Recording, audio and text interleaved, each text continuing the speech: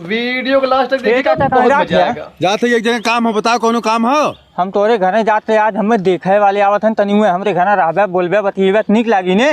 देखे वाले आवत हैं। हाँ चल ठीक हो, हम आ जाओ। ठीक चाचा। ए सुन, कहाँ जाते? जाई चाचा 2-4 दनी और बुलाए लाई। अरे सारे हम अकेले काफी आई, जे आई तो के देखे हम खुदे अच्छा, बतियाई, अकेले दूसरे काफी। का लिया आवत है। तब चला चाचा ठीक बा।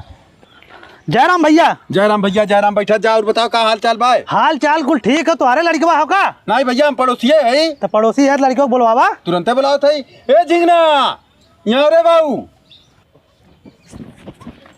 खुश रहा भैया, खुश रहा। खुश रहा, खुश रहा। भैया पढ़ाई कहाँ तक करे है तू? पढ़ाई लिखाई के बारे में हम बतावत है, हमसे पूछा, उससे मत पूछा। पढ़ाई लिखाई कितना पढ़े हो, एक को स्कूल ना छोड़े, लेकिन सारा आज तक पास ही ना भाई। चल पढ़ाई लिखाई कोनो मतलब हो ना हो। अब हमें ये बता दा तू एकरे खेत बाड़ी कितना हो? खेती बाड़ी बारे में तू बात मत करा। खेती बाड़ी जवन है एको बिस्सा ना हो, लेकिन सारा 50 बीघा जोतिया हो। 50 बीघा जोतिया हो? तब का कैसे? अधिया कराला। चला खेतियो बाड़ी कोनो मतलब है ना हो हमें। तू पड़ोसी है, ये बताओ इनकर माई बाबू कहाँ है? बाप परदेश रहा, महतारी के छोड़ के भाग गई। चला भैया।